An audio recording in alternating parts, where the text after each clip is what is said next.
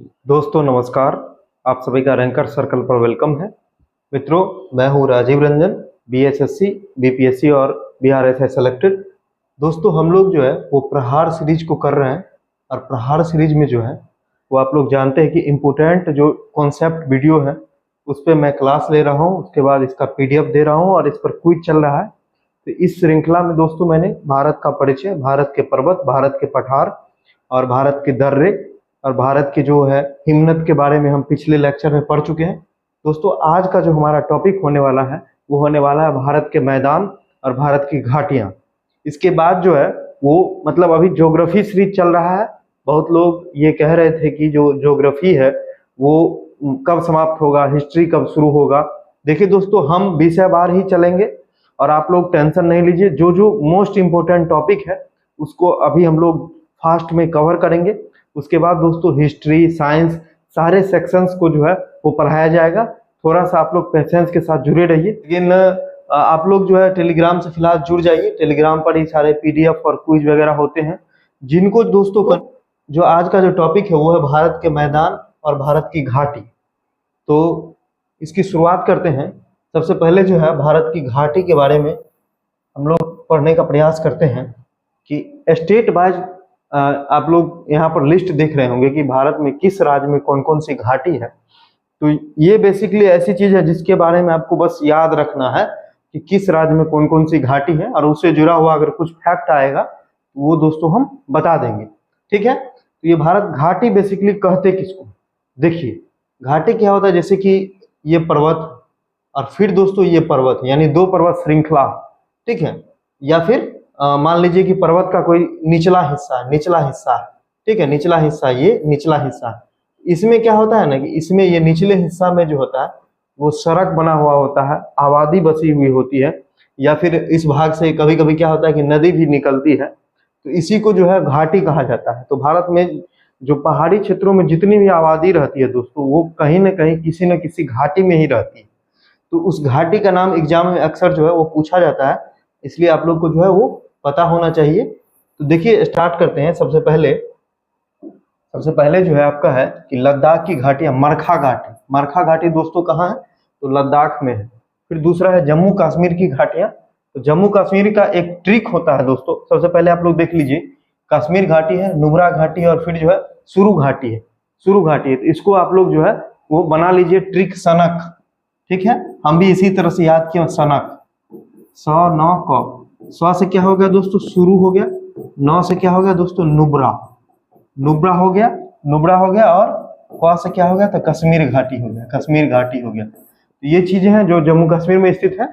और आपसे पूछा जाता है जैसे कि नुब्रा नदी, नुब्रा नदी कहाँ से निकलती है, तो नुब्रा नदी का जो उद्गम होता है दोस्तों, नुब्रा नदी का उद्गम होता है सियाचिन ग्लेशियर से। सियाचिन जो ग्लेशियर होता है, जो भारत का सबसे बड़ा ग्लेशियर है, सियाचिन ग्लेशियर सबसे बड़ा बर्फ का टुकड़ा है, जिसके बारे में हम पिछले वीडियो में बताए थे। तो वहीं से जो है नुब्रा नदी निकलती है। एक बार यूपीएससी में भी ये क्वेश्चन आया है कि जो नुब्रा नदी और सियाचिन वाला जो क्वेश्चन है वो 2020 यूपीएससी पीटी में आ चुका है। फिर देखिए कश्मीर घाटी है। इसी कश्मीर घाटी में जैसे कि आप कश्मीर घूमने जाते हैं जहाँ पर डल झील है, उसके बाद जो है आप श्रीनगर घूमते हैं तो वो यही कश्मीर घाटी में स्थित है। उसके बाद देखिए हिमाचल प्रदेश की घाटियों से सबसे ज्यादा क्वेश्चन आता है। जितने भी एग्जाम होते हैं उसमें हिमाचल प्रदेश की घाटियों पर ज्यादा फोकस रहता है। इसमें आपको जो है किन्नौर घाटी है, पार्वती घाटी है, सांगला घाटी है, मलाना घाटी है, पांगी घाटी है, स्पीति घाटी है, कुल्लू, कांगड़ा, लाहौल और स्पीति और चंबा। ये सारी की सारी जो घाटियां हैं दोस्तों वो कहाँ पर स्थित है, ये सारी की सारी घाटियां जो है वो हिमाचल प्रदेश में। जैसे आप लोगों ने नाम सुना, कुल्लू, कांगड़ा, मनाली, लाहौल, स्पीति, चंबा, पार्वती नदी के नाम पर है, सांगला, किन्नौर, ये सारी की सारी घाटियां कहाँ है, हिमाचल प्रदेश में। अब देखिए अब आगे क्या है, उत्तराखंड की घाटियां। उत्तराखंड में देखिए दोस्तों, एक तो दून घाटी है, ठीक है, जिसमें आप लोग जानते होंगे देहरादून, वो दून घाटी में ही बसा हुआ उत्तराखंड की राजधानी। फूलों की घाटी, फूलों की घाटी दोस्तों कहाँ है, तो चमोली जिले में। चमोली उत्तराखंड का एक जिला है, वहां पर जो फूलों की घाटी है। फिर सोर घाटी है, नेलांग घाटी। नेलांग घाटी के बारे में दोस्तों जान जाइए कि नेलांग घाटी उत्तराखंड में स्थित है। और उत्तराखंड में एक जो है नेशनल पार्क है जिसका नाम है Gangotri national park, Gangotri, Gangotri national park. Gangotri national park, Gangotri राष्ट्रीय उद्यान, इसी का हिस्सा है दोस्तों नेलांग घाटी। और इसमें क्या होता है ना कि सर्दियों में बर्फ जम जाता है। ये जो घाटी है सर्दियों में जो है वो बर्फ से ढका हुआ रहता है, बर्फ से ढका हुआ रहता है। और एक और बात ध्यान रखिएगा, 1962 के बाद बंद। 1962 में ये जो है चीन जाने का रास्ता होता है ये नेलांग घाटी से होकर के, लेकिन 1962 के युद्ध के बाद से जो क्या कर दिया गया है, इसको बंद कर दिया, क्योंकि चीन के साथ युद्ध हो गया था। उसके बाद इसको बंद कर दिया नेलांग घाटी। फिर जो है आपको जोहर घाटी और धर्मा घाटी, ठीक है। उसके बाद देखिए पश्चिम बंगाल में दोस्तों ये दून घाटी नहीं होगा, ये गलत लिखा गया है यहाँ पर। जो है पश्चिम बंगाल में नेवरा वैली या नेवरा घाटी, ठीक है। नेवरा घाटी दोस्तों इसके नाम पर क्या है, तो यहाँ पर जो नेशनल पार्क या राष्ट्रीय उद्यान भी है, नेशनल पार्क नेवरा वैली राष्ट्रीय उद्यान आप लोग सुने होंगे, वो पश्चिम बंगाल में स्थित है। फिर दोस्तों देखिए कि सिक्किम की घाटी, सिक्किम में जो है दो घाटी है, एक तो चुम्बी घाटी है और एक युथांग घाटी। तो चुम्बी घाटी दोस्तों, चुम्बी घाटी जो होता है वो तिब्बत की ओर है, तिब्बत की ओर का रास्ता जो होता है वो आपको चुम्बी घाटी है। और ये युथांग घाटी कहाँ है, तो युथांग घाटी दोस्तों वो सिक्किम में ही है, लेकिन यह गंगटोक से दूर, गंगटोक से मिलता है। और युथांग घाटी में दोस्तों एक विशेष प्रकार का झाड़ी मिलता है जिसको बोला जाता है रोडोडेंड्रॉन। क्या बोला जाता है, रोडोडेंड्रन की झाड़ी, रोडोडेंड्रन की झाड़ी मिलती है। इससे क्वेश्चन पूछा गया कि रोडोडेंड्रन की झाड़ी जो है वो कहाँ पाई जाती है, तो सिक्किम में पाई जाती है, युथांग घाटी में पाई जाती है, झाड़ी पाई जाती है, ठीक है। ये सारी चीजों को आप लोग जो है वो नोट करते चलिए, क्योंकि इन सभी से कहीं न कहीं क्वेश्चन आ चुके हैं। अब देखिए हम आगे बढ़ते हैं। आगे दोस्तों नागालैंड में एक ही घाटी है, जुकू घाटी, और इससे क्वेश्चन आ चुका है। फिर आंध्र प्रदेश में दोस्तों क्या है, तो अराकू वैली, ठीक है, अराकू वैली आंध्र प्रदेश में। और यहाँ पर क्या होता है, तो कॉफी की खेती होती है, कॉफी की खेती होती है अराकू वैली। बाबा बुदन की पहाड़ी का आप लोगों ने नाम सुना होगा, उसी बाबा बुदन की पहाड़ी में ये अराकू वैली है। तमिलनाडु में कंबम घाटी है। केरल में दोस्तों शांत घाटी है, ये बहुत बार पूछा गया है, कभी कभी इसको अंग्रेजी में दोस्तों बोल देता है कि साइलेंट वैली कहाँ है। तो साइलेंट वैली कहाँ है, इसी का हिंदी हो गया आपको शांत घाटी। ये केरल में स्थित है। ये क्यों प्रसिद्ध है, तो ये जैव विविधता के लिए प्रसिद्ध है। जैव विविधता का मतलब क्या होता है, जैव विविधता का मतलब होता है यहाँ पर जो रहने वाले जीव जंतु पेड़ पौधे की जो प्रजातियां हैं वो बहुत ही ज्यादा है। उस दृष्टि से यह घाटी बहुत ज्यादा समृद्ध घाटी है, ठीक है। तो ये बहुत ही मोस्ट इंपोर्टेंट को ये है। उसके बाद देखिए आगे जो है, आगे दोस्तों हम लोग को पढ़ना है भारत के मैदान के बारे में। सबसे पहले आप लोग जान जाइए कि भारत को हम लोग जब भारत का भौतिक विभाजन पढ़ रहे थे उसमें हम भारत को 6 भागों में बांटे थे, ठीक है, भारत को 6 भागों में बांटे थे। और अगर हम उच्चावाच की दृष्टि से देखते हैं, मतलब उच्चावाच कहने का मतलब होता है ऊंचाई के अनुसार से, तो भारत में सबसे ज्यादा दोस्तों क्या पाया जाता है, तो मैदान पाया जाता है। मैदान कितना प्रतिशत पर पाया जाता है, तो 43% जो है भारत के क्षेत्रफल पर, वो टोटल का 43% मैदान है। और इस मैदान में 3 भागों में हम लोग डिवाइड करके इसको हम पढ़ते हैं। सबसे पहला उत्तर भारत का मैदान होता है, फिर दोस्तों होता है प्रायद्वीपीय भारत का मैदान या भारत का तटीय मैदान। तो तटीय मैदान को हम लोग 2 भागों के बारे में, तो भारत के जो मैदान होते हैं, उत्तर भारत का मैदान, खास करके उत्तर भारत के मैदान, उत्तर भारत के मैदान को दोस्तों हम लोग जो है ना मोटा मोटी 4 भागों में बांट के पढ़ते हैं। ये 4 भाग कौन कौन से हैं, सबसे पहला नंबर जो है वो आप लिखिए पंजाब का मैदान, पंजाब का मैदान। दूसरा जो होता है, दूसरा दोस्तों वो होता है आपको गंगा का मैदान, या फिर राजस्थान का मैदान आप लिख लीजिए पहले, राजस्थान का मैदान, राजस्थान का मैदान। तीसरा होता है दोस्तों, तीसरा होता है आपको गंगा का मैदान, गंगा का मैदान। और चौथा हो जाता है ब्रह्मपुत्र का मैदान, ब्रह्मपुत्र का मैदान, ब्रह्मपुत्र का मैदान। देखिए दोस्तों मैदान का जो निर्माण होता है बेसिकली नदियों द्वारा लाई गई जलोढ़ मिट्टियों से, या जो अवसाद होता है जो नदियां गाद लाती हैं उसी से होता है। तो पंजाब में दोस्तों पंचनद है, जिसके बारे में हम अभी बताएंगे। पंचनद, पंजाब को 5 नदियों की भूमि भी बोला जाता है, उससे इसका निर्माण हुआ। लेकिन राजस्थान के केस में जो है थोड़ा सा अलग कंडीशन है। राजस्थान मुख्यतः जो रेतीले मरुस्थलों से और चट्टानों के अवसादन से बना हुआ मैदान है। गंगा, फिर गंगा नदी से और इसके सहायक नदियों से बना। ब्रह्मपुत्र का मैदान जो है ब्रह्मपुत्र और इसके सहायक नदियों से बना है। ठीक है दोस्तों, तो आप लोग मैप के माध्यम से समझिए। ये जो है, ये आपके सामने जो मैप है वो भारत के मैदान का मैप है। और यहाँ पर जो है आप लोग देख पा रहे होंगे, यहाँ पर सबसे पहले भारत के जो पश्चिमोत्तर भारत में ये जो मैदान आपको दिख रहा है दोस्तों, ये है आपको राजस्थान का मैदान। कौन सा मैदान है दोस्तों? ये है राजस्थान का मैदान। फिर इसके जस्ट ऊपर में दोस्तों ये जो दिख रहा है, ये है आपको पंजाब का मैदान। ये है पंजाब का मैदान। और यहाँ से लेकर के और यहाँ तक जो दिख रहा है दोस्तों, ये है आपको गंगा का मैदान। ये क्या है? गंगा का मैदान।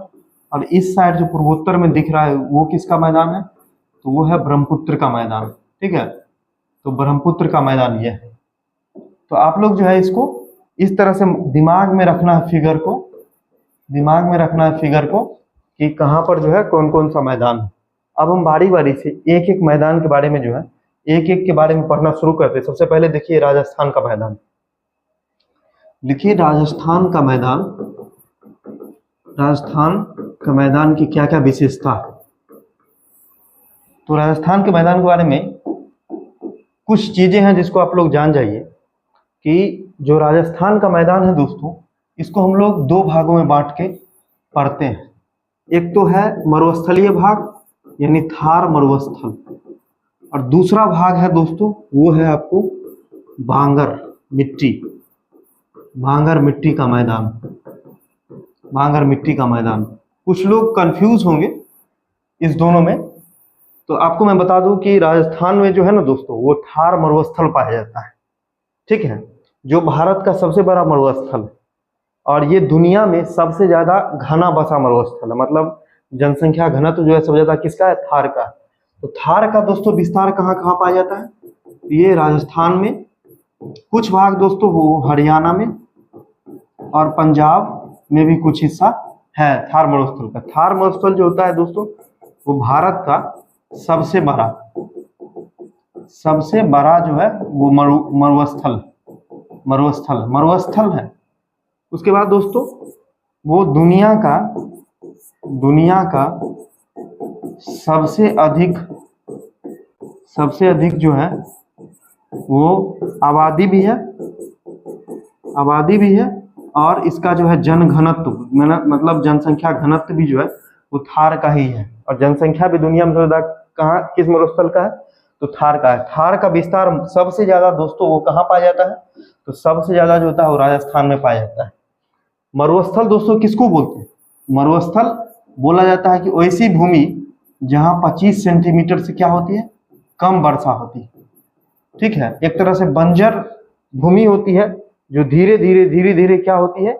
तो छोटी जो है पहाड़ियों के रूप में, रेतीले मैदान के रूप में आ जाती है, उसको मरुस्थल बोला जाता है। ठीक है, क्योंकि यहाँ पर वर्षा नहीं होती। तो ये थार मरुस्थल का फैक्ट है, इसको आप लोग नोट कर लीजिए, इससे क्वेश्चन आता है। फिर बांगर मिट्टी। अब देखिए दोनों के बीच में थार मरुस्थल और बांगर मिट्टी को डिवाइड करने के लिए दोस्तों, थार मरुस्थल और बांगर मिट्टी को डिवाइड करने एक रेखा, इस रेखा को बोला जाता है 25 सेंटीमीटर समवर्षा रेखा। 25 सेंटीमीटर समवर्षा रेखा ये बोला जाता है। इसके बाद अगर आपसे पूछा जाता है कि जो राजस्थान का जो मैदान है दोस्तों, राजस्थान का जो मैदान है वो आप लोग जैसे राजस्थान के मैदान का अगर हम पोजीशन आपको बताने का प्रयास करें तो यहाँ पर है राजस्थान का मैदान। कहाँ पर है? तो यहाँ पर, इधर ये वाला राजस्थान का मैदान। ये बीच में जो है ना, ये बीच में यहाँ से जो है, यहाँ से फिर मालवा की पहाड़ी, बुंदेलखंड की पहाड़ी, मतलब ऊंचे क्षेत्र शुरू हो जाते हैं। तो राजस्थान के मैदान और ये जो बीच मध्य भारत का जो ऊंचा जो पहाड़ी का क्षेत्र है उसको अलग करता है कौन सा पर्वत?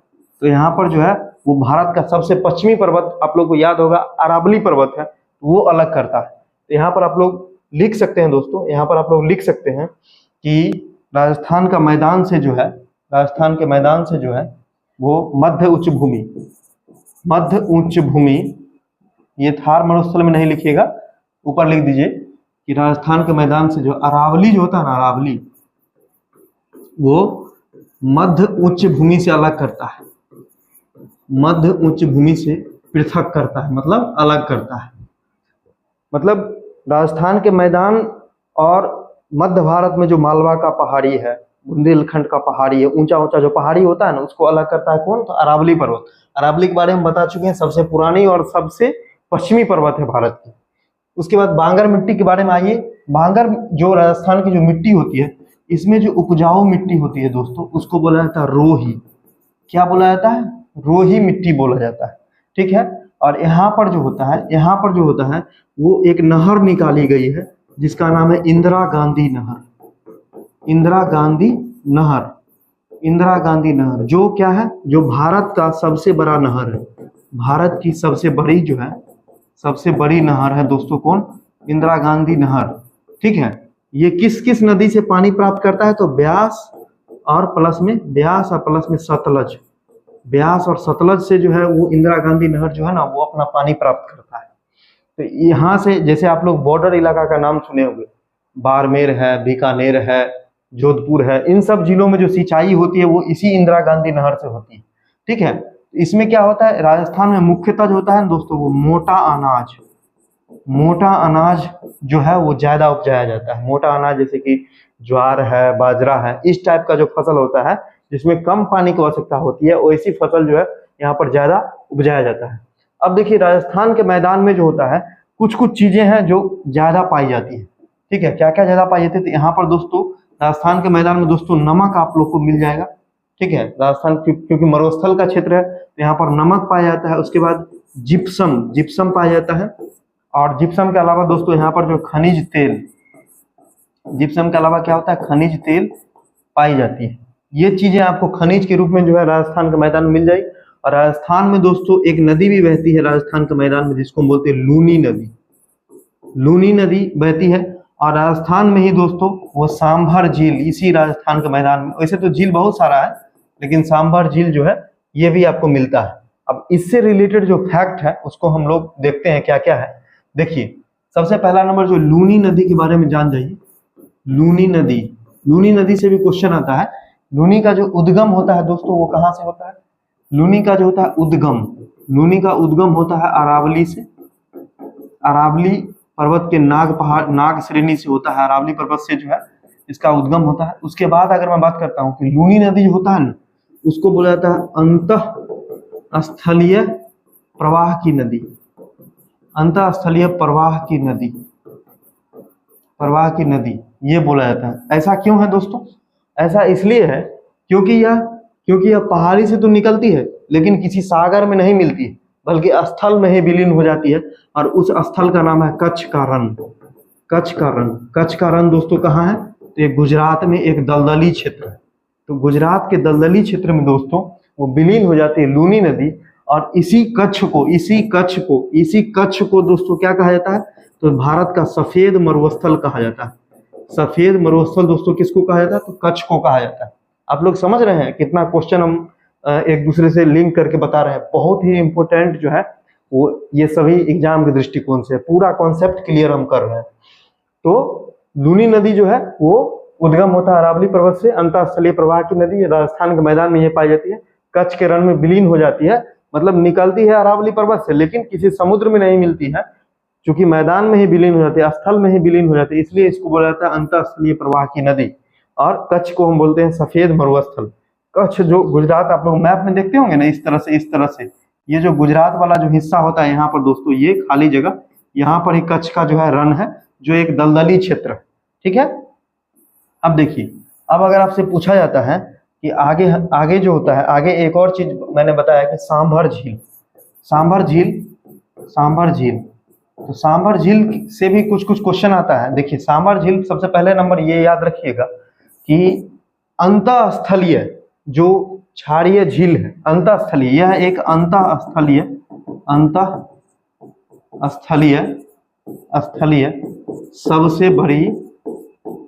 सबसे बड़ी नमकीन झील है। नमकीन झील का या मतलब कहीं कहीं जो है इसको बोला जाता है क्षारीय झील। इसको ऐसे भी लिख लिया, अंतःस्थलीय जो है वो आपको क्षारीय झील, अंतःस्थलीय सबसे बड़ी क्षारीय झील है। दूसरी विशेषता यह है कि इसमें सबसे ज्यादा सबसे भारत में सबसे ज्यादा खारापन है, भारत में सबसे ज्यादा खारापन, सबसे ज्यादा खारापन जो है वाली झील, भारत में सबसे ज्यादा खारापन वाली झील। इस दोनों पॉइंट को आप लोग नोट कर लीजिए। इसका क्या मतलब है, सांभर झील जो होता है ना, देखिए भारत की सबसे बड़ी झील जो होती है वो आप लोग जानते हैं वो चिल्का झील, जो वो भी नमकीन झील है, ठीक है। और 2 नंबर में जो है भारत की जो झील का नाम आता है वो पुलिकट झील। और लेकिन यहाँ पर हम क्या बोल रहे हैं, अंतःस्थलीय। अंतःस्थलीय का मतलब होता है इसका किसी भी समुद्री सीमा से संबंध नहीं, ठीक है, मतलब जमीन के बीच में बना हुआ सबसे बड़ा झील जो है वो सांभर झील। दूसरी विशेषता यह है कि भारत में जो होता है सबसे ज्यादा जो खारापन होता है, खारापन का मतलब होता है कि उसमें नमक की जो मात्रा है वो सबसे ज्यादा सांभर झील में है। और इस सांभर झील से दोस्तों क्या किया जाता है, तो नमक की प्राप्ति की जाती है। नमक की दोस्तों क्या की जाती है, तो प्राप्ति की जाती है। तो हम उम्मीद करते हैं कि इन सभी पॉइंट को जो है आप लोग जो है वो राजस्थान के मैदान में क्लियर कर लिए होंगे। अब देखिए अब हम अगले पॉइंट पे आते हैं। अगला जो दोस्तों है वो है पंजाब का मैदान। क्या दोस्तों, तो पंजाब का मैदान। पंजाब का मैदान, जैसा कि आप लोग को पता है कि पंजाब को दोस्तों क्या बोला जाता है, तो पंजाब को हम लोग बोलते हैं 5 नदियों की भूमि। 5 नदियों की भूमि, ठीक है। और ये जो है ये पंजाब के मैदान का निर्माण जो होता है सिंधु और सहायक सिंधु नदी तंत्र से हुआ, सिंधु नदी तंत्र से हुआ, ठीक है, सिंधु नदी तंत्र से हुआ। सिंधु नदी तंत्र कहने का मतलब है कि यहाँ पर एक बड़ी नदी है सिंधु और उसकी सहायक नदी है 5 नदी, जिसको अगर हम क्रम से देखने का प्रयास करें, अभी हम मैप पर भी दिखाएंगे, तो अगर हम उत्तर से दक्षिण देखते हैं तो पहले सिंधु आ जाता है दोस्तों, फिर दोस्तों आपको आ जाता है झेलम, फिर आ जाता है आपको चिनाब, चिनाब के बाद दोस्तों आ जाता है रावी, रावी के बाद दोस्तों आ जाता है आपको सतलज और ब्यास, ठीक है। इस तरह से जो है वो नदी है, ठीक है। ये दोनों आगे चल के सिमिलर ही हो जाते हैं, इसलिए इसके लिए टेंशन नहीं लीजिए कि कहीं कहीं ब्यास भी आगे रहता है, हमको पता है। अब देखिए यहाँ पर जो है, यहाँ पर हम ये बताना चाह रहे थे कि सिंधु नदी दोस्तों कहाँ बहती है, तो सिंधु नदी बहती है मुख्यतः पाकिस्तान में, ठीक है। झेलम और चिनाब जो होता है जम्मू कश्मीर बहती है, ठीक है। और यहाँ पर जो होता है रावी ब्यास सतलज, रावी ब्यास सतलज, क्योंकि सतलज से ही दोनों का संपर्क है, रावी का और ब्यास का। तो इसी क्षेत्र में दोस्तों पंजाब का मैदान, जो भारत का जो पंजाब है, वो भारत का जो पंजाब है वो यहाँ पर स्थित है। और यहाँ पर जम्मू कश्मीर है। और ये दोस्तों ये सिंधु नदी मुख्यतः पाकिस्तान में बहती है मुख्य रूप से। तो इसी से जो है पंजाब का मैदान का निर्माण हुआ है। अभी हम देखिए, अभी हम बताने फिर से मैप पे ले चलते हैं आप लोगों को। देखिए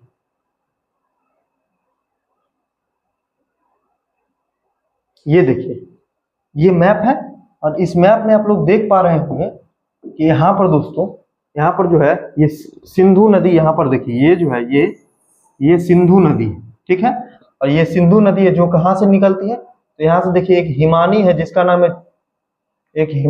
जिसका नाम है शानो खाप। शानो खाप मतलब ग्लेशियर है, वहां से जो है सिंधु नदी निकलती है, जिसके बारे में हम डिटेल रूप से जो है जब नदी पढ़ेंगे उसमें चर्चा करेंगे। फिर दोस्तों देखिए जो दूसरी नदी है यहाँ पर वो है झेलम, ये देखिए झेलम है। फिर आपको तीसरी नदी यहाँ पर जो दोस्तों दिख रहा होगा, यहाँ पर जो दिख रहा है दोस्तों वो है चिनाब। क्या है, तो चिनाब है। फिर चौथी नदी दोस्तों यहाँ पर जो दिख रहा है वो है रावी नदी, ठीक है। फिर पांचवी नदी जो है दोस्तों, पांचवी नदी जो दिख रहा है यहाँ पर देखिए, यहाँ पर वो है आपका सतलज है। और छठी नदी जो यहाँ पर इस क्षेत्र में दिख रहा है और इस क्षेत्र में दोस्तों दिख रहा है वो आपका क्या है, तो वो आपको ब्यास है। वो आपको क्या है, तो ब्यास नदी का जो है कहीं न कहीं जो है ये ब्यास नदी का क्षेत्र है, ये ब्यास नदी है। ये मैप आप लोग देख रहे होंगे। अब देखिए होता क्या है ना कि दो नदियों के बीच में, जैसे मान लीजिए ये नदी है और ये नदी है, इसके बीच में जो क्षेत्र बनता है इस क्षेत्र को बोला जाता है दोआब। क्या बोलते हैं हम लोग, दोआब बोलते हैं। क्या बोलते हैं, दोआब बोलते हैं। तो इस क्षेत्र में जो है दोस्तों, इस क्षेत्र को बोला जाता है दोआब। तो ये जो नदियां हैं ये कहीं न कहीं दोआब का निर्माण करती है, सबसे पहले आपको क्रम याद रखना, क्रम से किस किस नदियों के बीच में क्या क्या दोआब है। जैसे ऊपर में यहाँ पर सिंधु और उसके बाद दोस्तों यहाँ पर झेलम, ठीक है। तो सिंधु और झेलम के बीच में जो द्वाब बनता है दोस्तों, और चूंकि यहाँ पर यहीं तक जो है वो झेलम नदी का क्षेत्र समाप्त हो जाता है, फिर चिनाब नदी है, फिर यहाँ पर चिनाब शुरू हो जाता है।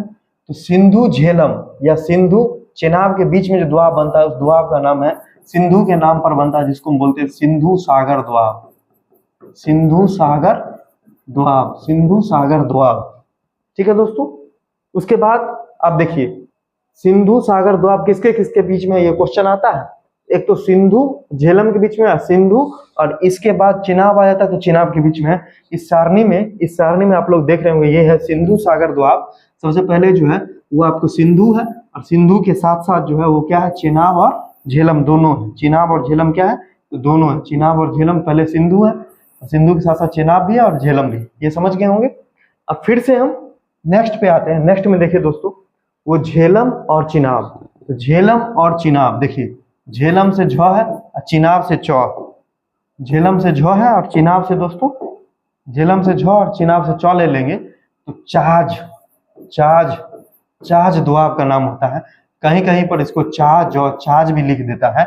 ये देखिए यहाँ पर जो लिखा गया है, यहाँ पर जो लिखा है चाज जो द्वाब होता है वो चिनाब और झेलम के बीच में है, चिनाब और झेलम के बीच में है। फिर दोस्तों फिर अगले द्वाब की हम बात करते हैं।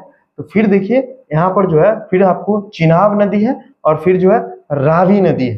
तो चिनाब और रावी, देखिए चिनाब इसी के नाम पर पड़ा है और रावी, ठीक है। तो रावी से रौ लीजिए, चिनाब से चना, तो ये हो जाएगा रचना। र से रावी, च से चना से चिनाब, तो रचना द्वाब। देखिए यहाँ दोस्तों, देखिए यहाँ पर जो है रचना द्वाब जो होता है वो रावी और चिनाब के बीच में है, रावी और चिनाब के बीच में। उसके बाद देखिए, उसके बाद फिर से अब हम आते हैं लास्ट में। तो अब देखिए ब्यास नदी और रावी नदी। ब्यास नदी, ये ब्यास नदी है और ये जो है ये क्या है, रावी नदी। तो ब्यास और रावी के बीच में देखिए, ब्यास और रावी, ठीक है, ब्यास और रावी के बीच में जो बनता है ब और र, इससे बनता है बारी द्वाब। इससे जो बनता है ब्यास और रावी के बीच में बनता है बारी द्वाब। इसमें ब क्या है, तो ब्यास है, र क्या है, तो र जो होता है रावी है, र क्या है, रावी है। उसके बाद अंतिम जो होता है दोस्तों वो सतलज और ब्यास, सतलज और ब्यास। तो ब्यास से ब आ जाता है और सतलज से क्या आ जाता है, सतलज से यहाँ पर जो है सत बस्त होता है, लेकिन हम बोलते हैं बिस्त, ठीक है, इसको बोलते हैं बिस्त द्वाब। चूंकि यह नामाकरण है तो आप लोग देख रहे होंगे जो बिस्त द्वाब जो होता है ब से क्या हो जाता है ब्यास, से सतलज, तो इससे बनता है दोस्तों ब्यास और सतलज।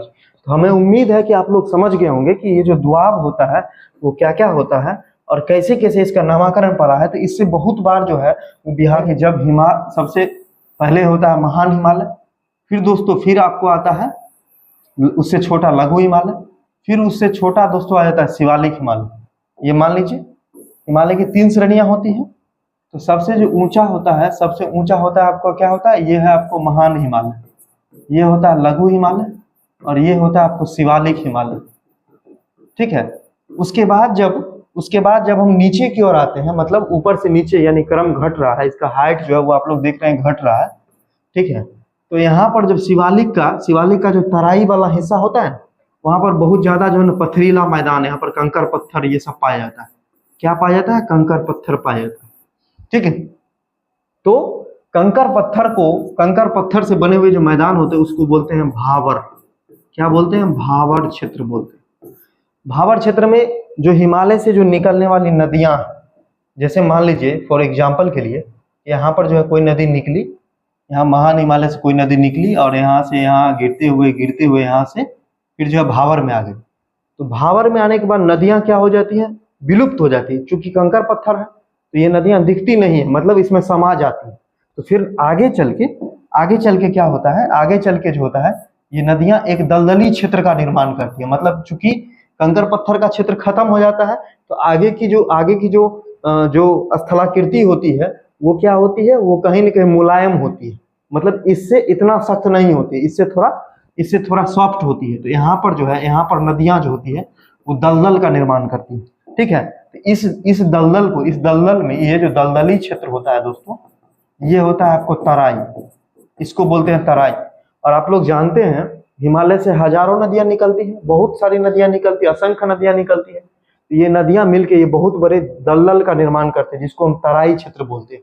इस तराई क्षेत्र में जो है ना, रेंगने वाले जीव जंतु, और अगर तराई क्षेत्र में अगर कम जल है तो जल प्रधान कृषि जैसे गन्ना है या फिर पटसन है या चावल है, ये सब जो है तराई क्षेत्र में किया जाता है। तो ये मैदान की संरचना है।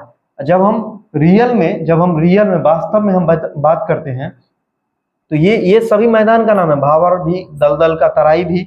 और उसके बाद जब जैसे स्थलाकृति में हम लोग रहते हैं वैसे मैदान का शुरुआत होता है। तो ऐसे मैदान में क्या होता है, ऐसे मैदान दो तरह के होते हैं, ठीक है, दो तरह के होते हैं। एक तो ये है, एक तो एकदम सिंपल सा इस तरह से जो है इस तरह से बनता है, ठीक है। देखिए इस तरह से दो टाइप का मैदान होता है। एक जो होता है दोस्तों, एक जो मैदान होता है वो ऊंचा क्षेत्र में होता है, ऊंचा क्षेत्र में, और एक जो मैदान होता है वो निचले क्षेत्र में होता है।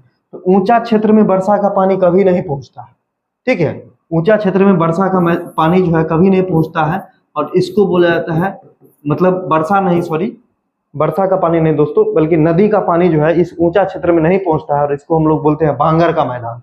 और जो निचला क्षेत्र है, जो आप लोग नीचे देख रहे हैं ना, नीचे, इसमें हर साल जो है ना वो नदी का पानी आ जाता है, जिसको हम लोग बोलते हैं खादर का मैदान। तो आप लोगों से क्वेश्चन पूछा जाता है कि ये बताइए कि नदियों द्वारा जो लाया गया जो गाद है या अवसाद है, उससे किस प्रकार का मैदान बनता है, तो उसको हम लोग बोलते हैं जलोढ़। क्या बोलते हैं? जलोढ़ मैदान। क्या बोलते हैं दोस्तों? जलोढ़ मैदान। और ये जलोढ़ मैदान कितने टाइप का होता है? तो दो टाइप का होता है। एक को बोलते हैं हम खादर, और दूसरा को हम लोग बोलते हैं बांगर।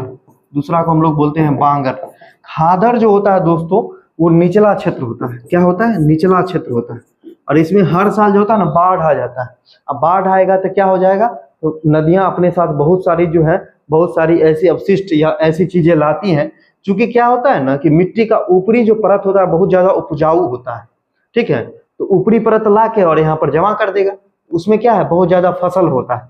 इसमें जो होता है अधिक, ये जो है फसल जो होता है बहुत ज्यादा होता है, खेती के लिए बहुत ही उपयुक्त होता है, क्योंकि ऊपरी परत को काट के तब नदियां यहाँ पर जमा कर देती है। फिर बांगर में क्या होता है, तो ये ऊपरी क्षेत्र होता है, और यहाँ पर जो होता है ना, ये बांगर क्या होती है, तो वे कम उपजाऊ होती है।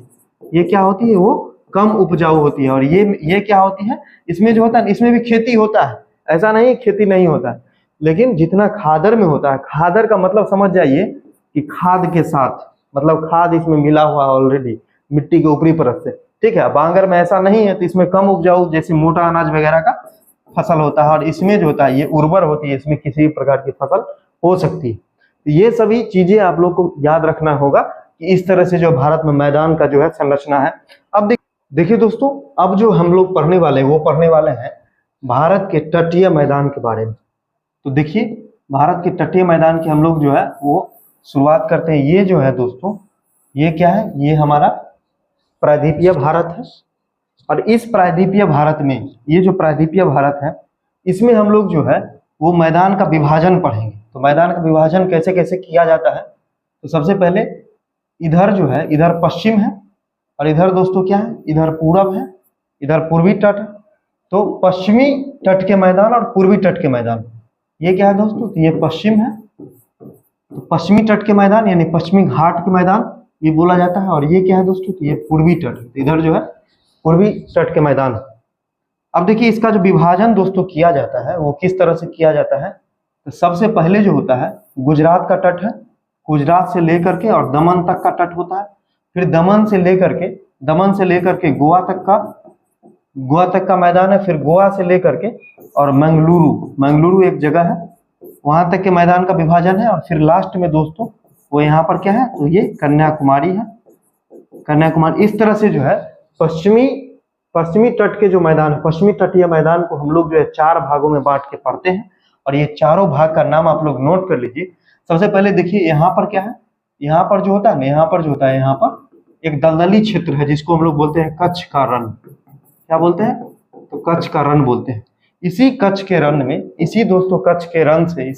रण से लेकर के दमन आप लोग सुने होंगे। दमन जो भारत का एक केंद्र शासित प्रदेश है, अब अलग नहीं है, अब दादर नगर हवेली के साथ मिल गया है। तो ये है, तो कच्छ के रण से लेकर के और दमन तक का जो मैदान होता है इसको हम लोग बोलते हैं कठियावाड़ का मैदान। कठियावाड़ का मैदान, कठियावाड़ का मैदान बोलते हैं। फिर देखिए दमन से लेकर के गोवा तक का जो मैदान होता है दोस्तों, इस क्षेत्र का दमन से लेकर के गोवा तक का जो मैदान का नाम होता है दोस्तों, इसको बोलते हैं कोंकण मैदान। कोंकण मैदान या तट जो कहिए, कोंकण तट बोला जाता है। फिर दोस्तों गोवा से लेकर के कर्नाटक तक के, कर्नाटक का मंगलुरु है। ये मंगलुरु दोस्तों कहाँ है? मंगलुरु दोस्तों जो है वो कर्नाटक में है, कर्नाटक में आप लोग लिख लीजिएगा।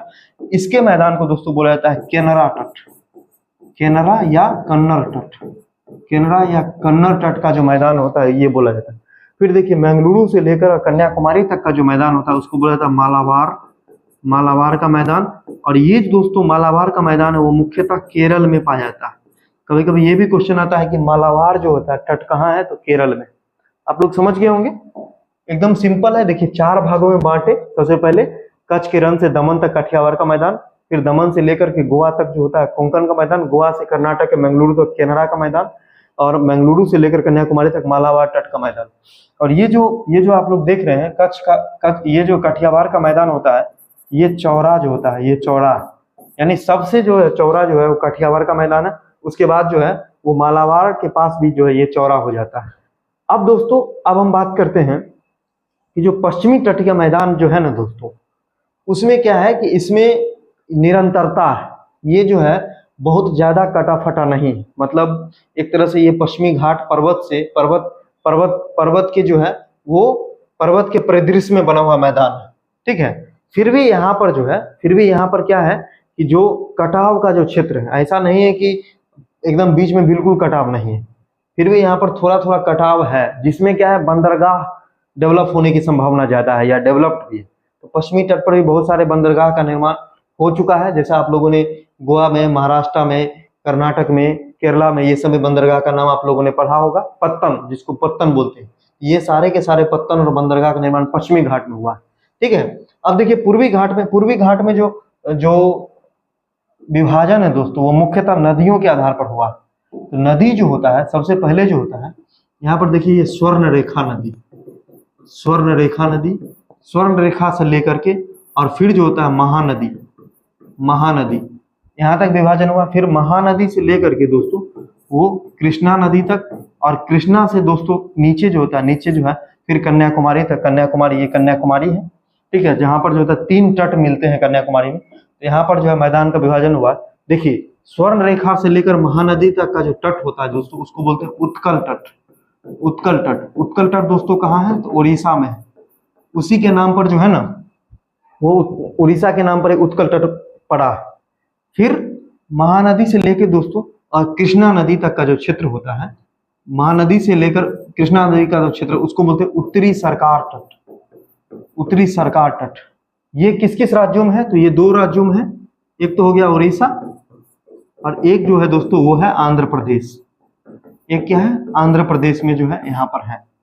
उसके बाद दोस्तों देखिए कृष्णा से लेकर के लास्ट तक जो होता है, इस तट का नाम है दोस्तों कोरोमंडल तट।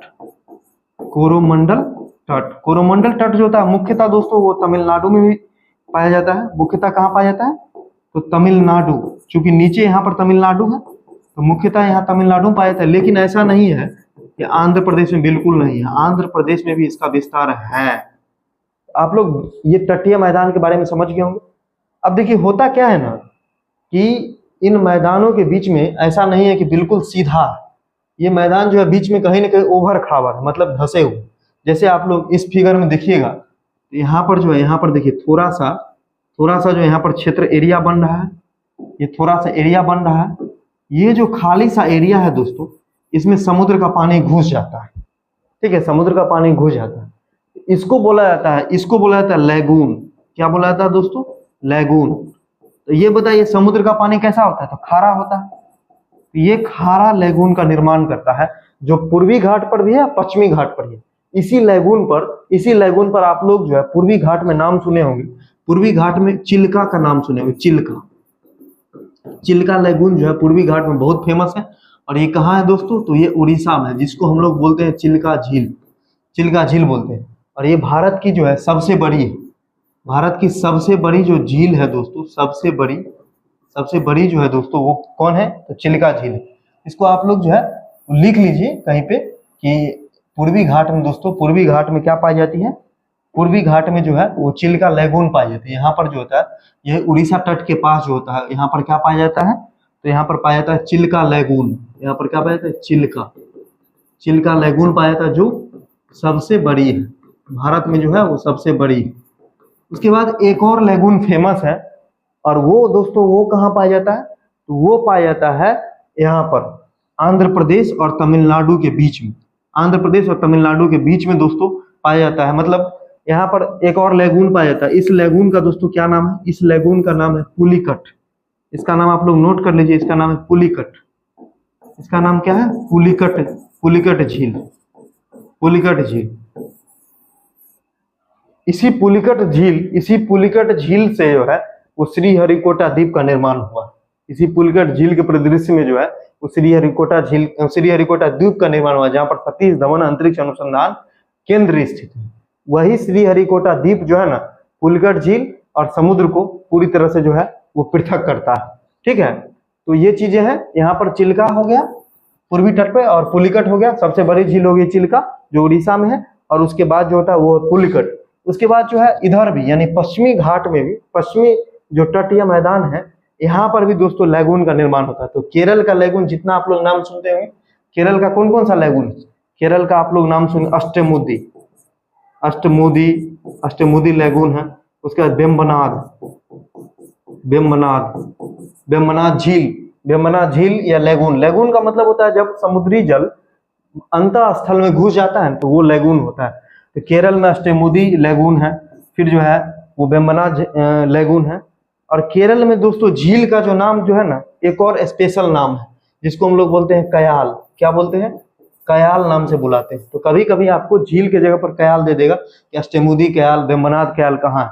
अच्छा, भारत में सबसे लंबी जो झील है वो कौन सी है, तो वो है बेम्बनाद। सबसे लंबी ध्यान रखिएगा, सबसे बड़ी अगर पूछेगा तो चिल्का, और सबसे लंबी पूछेगा तो बेम्बनाद, ये केरला में। और अष्टमुदी के लिए, ये सभी लैगून के बारे में आप लोगों ने पढ़ा। तो हम उम्मीद करते हैं कि आज जो है आप लोगों ने जो है भारत के मैदान के साथ साथ जो है ना वो पूरे भारत को अच्छा से पढ़ा। ठीक है दोस्तों, और क्या क्या चीजें हम लोगों ने, चूंकि भारत के स्थलाकृति का हमने जब चर्चा किया था तो बताया था कि सबसे पहले तट और द्वीप के बारे में फर्स्ट वीडियो में ही पढ़ लिए थे। उसके बाद दोस्तों हमने पढ़ा भारत के पर्वत के बारे में, जो उत्तर का विशाल पर्वतमाला है, पूर्वोत्तर का पर्वतमाला है। उसके बाद प्रायद्वीपीय पठार के बारे में पढ़े। उसके बाद जो है दोस्तों आज की वीडियो में हम लोगों ने जो है वो मैदान के बारे में पढ़ा, यानी भारत की जो स्थलाकृति है दोस्तों उसको हम लोगों ने अब कंप्लीट कर लिया है। अब जो है अगला दिन से दोस्तों वो नेक्स्ट टॉपिक होगा। देखिए दोस्तों, इस टॉपिक से कुछ क्वेश्चन भी है जिसको हम लोग फटाफट कर लेते हैं। देखिए, निम्नलिखित में से किस राज्य के तटीय मैदान क्षेत्र उत्कल तट, उत्कल का मैदान दोस्तों अभी हम तुरंत पढ़े, उड़ीसा जो है, उड़ीसा का जो मैदान है दोस्तों उसको हम बोलते हैं उत्कल का मैदान। ठीक है, उड़ीसा का जो मैदान है वो होगा उत्कल का मैदान। ठीक है, उसके बाद दोस्तों तमिलनाडु का मैदान दोस्तों क्या नाम था, तमिलनाडु का नाम था कोरोमंडल, केरला का नाम था मालाबार। ठीक है, गोवा का जो है कोंकण, और आंध्र प्रदेश में जो है उत्तरी सरकार। तो ये चीज ध्यान रखना है। सतलज तथा काली नदियों के बीच में कौन सा हिमा। देखिए दोस्तों, ये पिक्चर देख के आप लोग को याद होगा कि मैंने बताया था कि सिंधु, सतलज, काली, तीस्ता, दिहांग, इसको याद कर लेना है। ठीक है, दिहांग मतलब होता है ब्रह्मपुत्र, या फिर अरुणाचल प्रदेश के पास जो है वो दिहांग इसको बोला जाता है, ब्रह्मपुत्र को। अब देखिए, इसके बीच में जो हिमालय का मैंने ट्रिक बताया था, PKN और A। ठीक है, इसका नाम PKNA याद रखना है।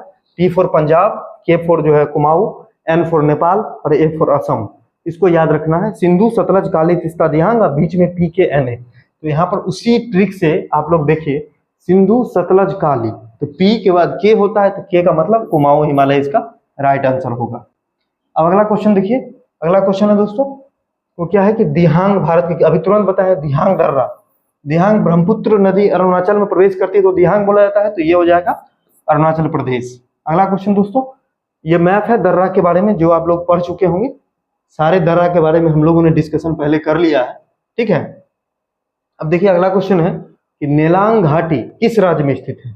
अभी हम थोड़ा देर पहले घाटी के बारे में बता रहे थे, तो उसमें मैंने बताया था कि उत्तराखंड में स्थित है। 1962 में जो है दोस्तों युद्ध के बाद जो है इसको क्या कर दिया गया था, युद्ध के बाद बंद कर दिया गया था। और यह जो है गंगोत्री राष्ट्रीय पार्क का हिस्सा है। गंगोत्री नेशनल पार्क का जो है दोस्तों वो हिस्सा है। ठीक है। उसके बाद जो भारत में शांत घाटी दोस्तों केरल में है, जिसको साइलेंट वैली जैव विविधता के लिए। तमिलनाडु में कौन सी घाटी है दोस्तों? तमिलनाडु में दोस्तों क्या है, कम्बम घाटी है। ठीक है। युथांग घाटी कहाँ है दोस्तों? युथांग घाटी और चुम्बी घाटी दोनों जो है सिक्किम में है। युथांग घाटी में एक जो है एक पाया जाता है झाड़ी, जिसको बोलते हैं रोडोडेंड्रॉन की झाड़ियां पाई जाती हैं। उसके बाद अगला क्वेश्चन है सांगला घाटी। सांगला दोस्तों हिमाचल प्रदेश में स्थित है। सांगला जो है वो हिमाचल प्रदेश में स्थित है। सांगला है, किन्नौर है, लाहौल है, स्पीति है। ठीक है। ये सारी की सारी घाटियां कहाँ है? हिमाचल प्रदेश में स्थित है। अगला क्वेश्चन जुकू घाटी कहाँ है? जुकू घाटी दोस्तों वो है नागालैंड में स्थित है। जुकू घाटी बहुत ही इंपॉर्टेंट क्वेश्चन है। ठीक है। अगला क्वेश्चन है कि दंडकारण्य क्षेत्र कहाँ? देखिए, जिस समय हम भारत का पर्वतीय क्षेत्र पठारी क्षेत्र बता रहे थे, उस समय मैंने ये बताया होगा कि दंडकारण्य क्षेत्र जो होता है दोस्तों वो कहाँ कहाँ स्थित है। तो ये छत्तीसगढ़ से शुरू होता है। छत्तीसगढ़ के बाद दोस्तों ये उड़ीसा में भी जाता है। उड़ीसा के बाद दोस्तों आंध्र प्रदेश। ठीक है। उड़ीसा के बाद जो दोस्तों यह जो है आंध्र प्रदेश, तेलंगाना और महाराष्ट्र, इन क्षेत्रों में दोस्तों इसका जो है विस्तार है दंडकारण्य क्षेत्र का। इसमें देखिए दोनों ऑप्शन जो सही है, देखिए छत्तीसगढ़ और मध्य प्रदेश जो है नहीं है। छत्तीसगढ़ और उड़ीसा दोनों है, इसलिए ये ऑप्शन सही है। आप खोज लीजिए। देखिए उड़ीसा तो सही है लेकिन झारखंड में फिर नहीं है। आंध्र प्रदेश तो सही है लेकिन झारखंड में फिर नहीं है, इसलिए आपका आंसर बी सही है। ठीक है। अब देखिए अगला क्वेश्चन है कि छोटा नागपुर का पठार कैसा पठार है? देखिए छोटा नागपुर का पठार जो होता है ना दोस्तों वो तीव्र ढाल है। तीव्र ढाल कहने का मतलब क्या है? ये मान लीजिए पठार है तो एकाएक इस तरह से जो है ढलान है। ठीक है। यानी कि गंभीर है, अग्र गंभीर इसको बोला जाता है ज्योग्राफी के टर्म में। ऐसा क्वेश्चन आया है, इसलिए ये अग्र गंभीर पठार है। और इसकी सबसे ऊंची चोटी दोस्तों कौन है? तो वो है पारसनाथ। क्या है? पारसनाथ इसकी सबसे ऊंची चोटी है, 1365 मीटर है। और छोटा नागपुर के पठार जो होता है उसको बीचों बीच से जो काटती है वो काटती है दामोदर नदी। ये सारी चीजें हम बता चुके हैं पठार के वीडियो में, आप लोग जाके देखिएगा। मेघालय का पठार किसका हिस्सा है? मेघालय का पठार दोस्तों जिस दिन हम पठार का वीडियो पढ़ा रहे थे उस दिन हम बताए थे कि यहाँ पर जो है, यहाँ पर देखिए यहाँ पर जो है मेघालय का पठार है। मेघालय का पठार दोस्तों कहाँ पर है? तो मेघालय का पठार मेघालय में है। और जहाँ पर तीन पहाड़ी है दोस्तों, गारो, खासी, जयंतिया, यहाँ पर देखिए यहाँ पर तीन छोटी छोटी पहाड़ियां स्थित है। यहाँ पर ये तीन जो है छोटी छोटी पहाड़ियां स्थित, जिसको बोलते हैं गारो, खासी और जयंतिया। ठीक है। और ये सभी जो है ना दोस्तों वो ये जो प्रायद्वीपीय भारत है ना, यहाँ पर जो पठार पाया जाता है इसी का हिस्सा है। लेकिन बीच में क्या हो गया? बीच में यहाँ पर जो ब्रह्मपुत्र नदी आ गई। क्या आ गई? ब्रह्मपुत्र नदी आ गई। फिर जो है गंगा की सहायक जो हुगली नदी आ गई। तो यही सब नदी के द्वारा जो होता है ना वो दोनों कट गया, दोनों अलग अलग हो गए। मेघालय मतलब शिलोंग का पठार और प्रायद्वीपीय पठार, ये जो है दोनों अलग हो गया। तो ये जो गैप है दोस्तों, ये इस गैप को हम लोग बोलते हैं मालदा गैप बोलते हैं, या फिर पहाड़ी के नाम पर ही राजमहल गारो गैप बोलते हैं। ठीक है। राजमहल गारो गैप बोलते हैं। किसके बीच में है? तो प्रायद्वीपीय भारत और इधर जो है शिलोंग के पठार के बीच में राजमहल गारो गैप है। राजमहल की पहाड़ी का नाम जो वेस्ट बंगाल की पहाड़ी, इधर जो है यहाँ पर राजमहल की पहाड़ी है और इधर जो है गारो की पहाड़ी है। तो दोनों के बीच का जो गैप हो गया है, जो नदी के द्वारा अलग हो गया, इसलिए राजमहल गारो गैप। और यहाँ पर मालदा स्थित है, मालदा टाउन, इसलिए या मालदा गैप बोलते हैं। समझ गए होंगे आप लोग। ये प्रायद्वीपीय भारत का हिस्सा है। ठीक है। कंफ्यूज नहीं होना कि ये पूर्वोत्तर भारत में तो हिमालय का हिस्सा है, नहीं दोस्तों, ये प्रायद्वीपीय भारत का हिस्सा है। अगला क्वेश्चन है कि भारत के दक्कन के पठारों पर बैसाख निर्मित जो है वो, मतलब देखिए ये एक तरह से आपको याद करना पड़ेगा। ऐसा क्वेश्चन आया है इसलिए मैंने डाल दिया कि जो दक्कन के पठार पर जो स्थित है वो जो लावा निर्मित जो मैदान है दोस्तों, उसका जो निर्माण है वो किस युग में हुआ? तो दोस्तों इसका जो निर्माण जो है दोस्तों, दक्कन के पठार का जो निर्माण है दोस्तों वो क्रिस्टेशियस युग में हुआ। किस युग में हुआ है? क्रिस्टेशियस युग में जो है, वो क्रिटेशियस युग में जो होता है वो दक्कन के पठार का जो है वो शैल वगैरह का निर्माण हुआ। कार्बोनिफेरस युग में दोस्तों वो प्रायद्वीपीय भारत का निर्माण हुआ। ठीक है, कार्बोनिफेरस में प्रायद्वीपीय भारत का निर्माण हुआ। सिंधु तथा सतलज नदियों के मध्य के हिमालय को, फिर वही चीज आ गया सिंधु सतलज, तो पी यानी पंजाब हो जाएगा, वही ट्रिक लगाइए जो हम बता चुके हैं पहले से। ठीक है, अगला है कि महाराष्ट्र में पश्चिमी घाट को सह्याद्री, आप लोग को पता है कि महाराष्ट्र में पश्चिमी घाट को और कर्नाटक में सह्याद्री बोला जाता है। कर्नाटक के कुछ हिस्सों में निम्न श्रेणी में कौन सी पश्चिमी घाट का भाग नहीं है? ये क्वेश्चन हो चुका है।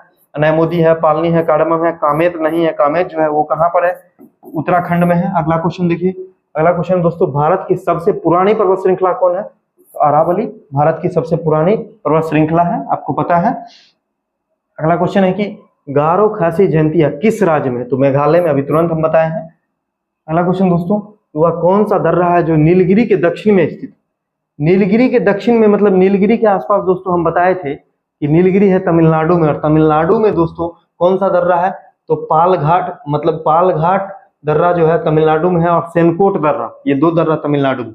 भोरघाट और थालघाट दोस्तों वो कहाँ है? वो है आपको महाराष्ट्र में। ये कहाँ है दोस्तों?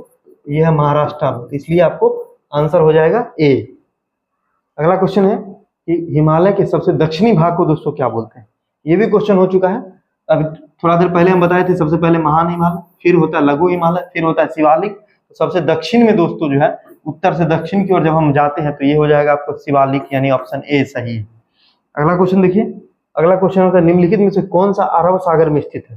तो देखिए, जब आप दक्षिण इसमें देखिएगा तो ये प्रायद्वीपीय भारत है। प्रायद्वीपीय भारत के दक्षिण में दोस्तों क्या है? तो यहाँ पर हिंद महासागर, हिंद महासागर। ठीक है, पूरब में क्या है? तो बंगाल की खाड़ी, पूरब में क्या है? तो बंगाल की खाड़ी, और पश्चिम में दोस्तों क्या है? तो अरब सागर है। इतना चीज है। अरब सागर में दोस्तों भारत में दो द्वीप समूह, एक जो होता है अरब सागर में पाया जाता है यहाँ पर, जिसको हम लोग बोलते हैं लक्षद्वीप। क्या बोलते हैं? लक्षद्वीप। ठीक है, जिसके बारे में हम भारत के द्वीप चैप्टर में बता चुके हैं। और एक जो है यहाँ पर पाया जाता है, जिसको हम लोग बोलते हैं अंडमान निकोबार।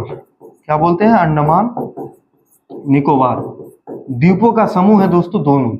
यहाँ पर क्या पूछ रहा है कि अरब सागर में स्थित है, तो लक्षद्वीप राइट आंसर है। अगला क्वेश्चन है कि भारत में प्रवाल भित्तियां पाई जाती है। प्रवाल जो होता है एक समुद्री जीव होता है। ठीक है, तो प्रवाल भित्तियां दोस्तों रामेश्वरम में पाई जाती है, क्योंकि रामेश्वरम में एक ब्रिज है जिसको हम राम सेतु बोलते हैं। ठीक है, जो धनुषकोडी से तलैमनार तक जाता है, इसको अंग्रेजी में बोला जाता है आदम का पुल, आडम्स ब्रिज, आडम्स ब्रिज बोला जाता है। जो कहाँ से जाता है दोस्तों? ये धनुषकोडी, धनुषकोडी से लेकर के तेलैमनार, तेलैमनार दोस्तों श्रीलंका का पार्ट है। धनुषकोडी जो है भारत का जो अंतिम चोटी, अंतिम जो छोर जो है तमिलनाडु में, वो क्या है? वो है धनुषकोडी। तो यहाँ से लेकर के और श्रीलंका के तेलैमनार तक जो रामेश्वरम जोड़ता है। और ये जो है ना छोटे छोटे समुद्री जीवों से मिलके जो है प्रवाल बना हुआ है। ठीक है, ये जो आडम्स ब्रिज है दोस्तों, ये छोटे छोटे समुद्री जीवों के प्रवाल से बना हुआ है। अगला क्वेश्चन है भारत में विशालतम समुद्र तट, मतलब सबसे लंबा समुद्र तट जो है, ऑप्शन के हिसाब से दोस्तों तमिलनाडु सही है, क्योंकि हम ट्रिक लगाए थे GAT। सबसे ज्यादा जो होता है वो होता है गुजरात में 1214 किलोमीटर, याद होगा दोस्तों। दूसरा होता है आंध्र प्रदेश 973 किलोमीटर, और तीसरा होता है तमिलनाडु 906 किलोमीटर। ठीक है, वैसे भी तमिलनाडु में जो होता है भारत का सबसे बड़ा तट है। भारत का दोस्तों वो सबसे बड़ा जो होता है तट, जिसका नाम है क्या? चेन्नई तट। वो जो है दोस्तों वो कहाँ पर स्थित है? तो तमिलनाडु में स्थित है। अगला देखिए, अगला क्वेश्चन क्या है? अगला क्वेश्चन है कि भारत में समुद्र तट से छूने वाले राज्यों की संख्या 9 है। आप लोग कंफर्म है? क्योंकि जो वेस्टर्न घाट है दोस्तों, पश्चिमी घाट पर जो होता है, पश्चिमी घाट पर 5 राज्य है। गुजरात है, फिर जो है दोस्तों महाराष्ट्र है, फिर गोवा है, फिर कर्नाटक है, केरल है। पूर्वी घाट पर इधर जो है दोस्तों वेस्ट बंगाल है, फिर उड़ीसा है, फिर आंध्र प्रदेश है, फिर तमिलनाडु है। तो ये इधर हो गया टोटल 5, और इधर हो गए दोस्तों 4, यानी 5 और 4 9 राज्य होंगे। ठीक है, अगर दोस्तों पूछा जाए कि केंद्र शासित प्रदेश ऐसे कितने हैं जो समुद्र तट से टच करते हैं, तो सबसे पहले अभी हम 2 बताएं। एक तो ANN मतलब अंडमान निकोबार, दूसरा जो बताया लक्षद्वीप के बारे में।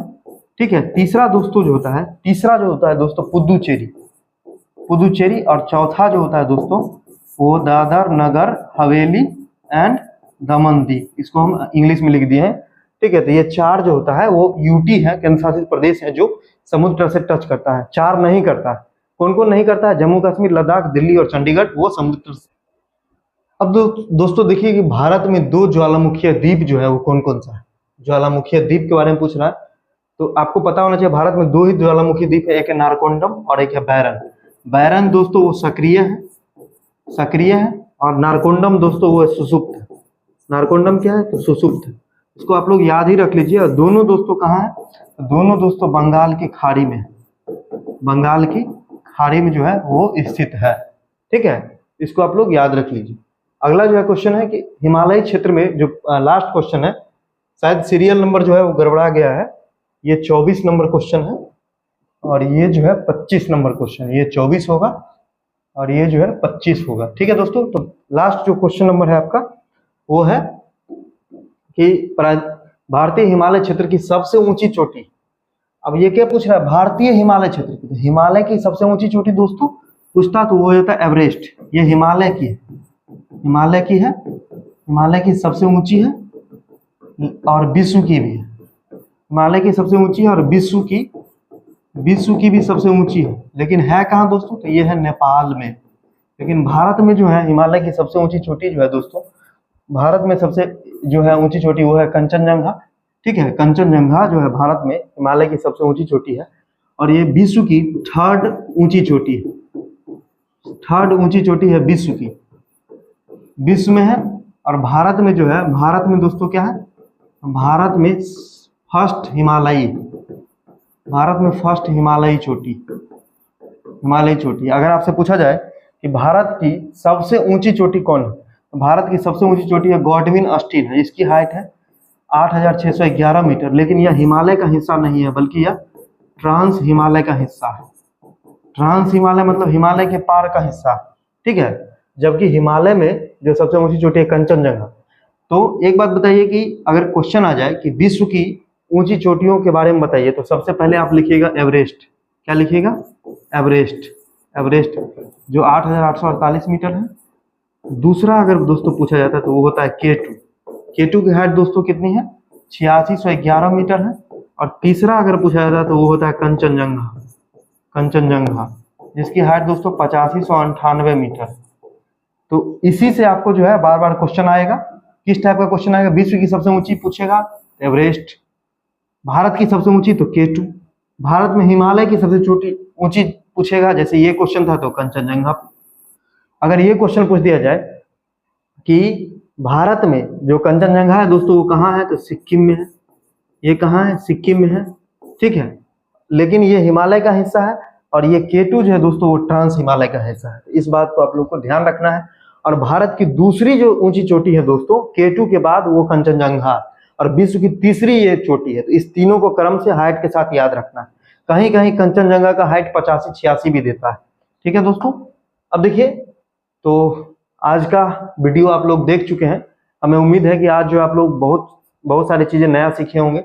और आज के वीडियो में आप लोगों ने जो भी सीखा है उसका आप लोग नोट्स बना लीजिए, आप फटाफट रिवाइज कर लीजिए।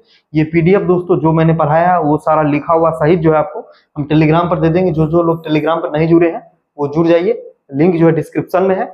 और फिर जो है दोस्तों इसी टॉपिक से जो है आपको प्रीवियस ईयर क्वेश्चन पे आधारित जो है वो टेलीग्राम पे क्विज कराया जाएगा। और ये सब जो है बिल्कुल जो है निःशुल्क चल रहा है। ठीक है दोस्तों, बस आप लोग जो है वो क्या कीजिए कि थोड़ा सा सपोर्ट कीजिए और जितना ज्यादा लोगों को आप पहुंचाइएगा, जुड़िएगा, उतना ज्यादा हम जो है वो प्रोत्साहित होंगे और आपके लिए नई नई चीजें लाएंगे जो आपकी तैयारी को और बेहतरी प्रदान करेंगे। ठीक है दोस्तों, तो फिर मिलते हैं नेक्स्ट वीडियो में और एक दमदार टॉपिक के साथ जो टॉप 50 टॉपिक का ही हिस्सा होगा। अभी हम लोग पढ़ रहे हैं टॉप 50 टॉपिक सीरीज, जिसमें हम लोग पर्वत पठार के बारे में पढ़ चुके हैं, मैदान के बारे में पढ़ चुके हैं। अगला टॉपिक ज्योग्राफी का कोई दमदार टॉपिक होगा जिससे एग्जाम में क्वेश्चन आते ही आते हैं।